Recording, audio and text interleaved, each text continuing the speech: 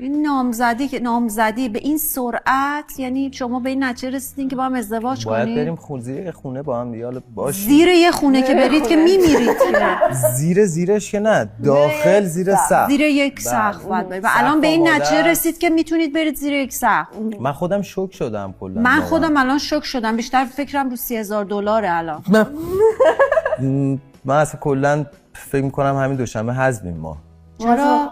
دشمن زیاد داریم. نه الان بحث دشمنی نیست. وایسا ببینم. چرا چیز میکنید از این توهمای توته موته دارید؟ شما نه نیستین. وایسا الان من دارم صحبت میکنم. من نیستم، ولی من یه سری کلاغای خبرچین دارم که اصلا خونه هم باشم تو آفم باشم بهم خبرها رو میرسونن.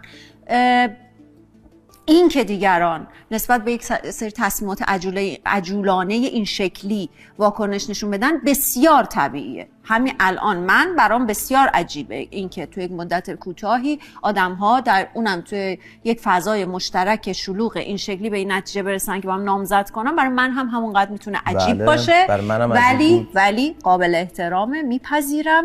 حالا تا ادامهش که ببینیم چه اتفاقاتی میفته.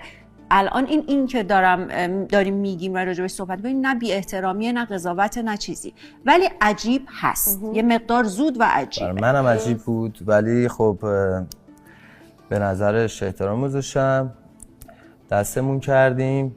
روی قلبم این کارو کردم، چون که حس دوست داشته شدن و که تا حالا درکش نکرده بودم کاملا درک کردم و حس کردم که دوست دارم این کار رو انجام بدم، چون خودم هم تا حالا اصلا این حس رو تجربه نکرده بودم و به کسی هم تا حالا این حلقه رو ندادم.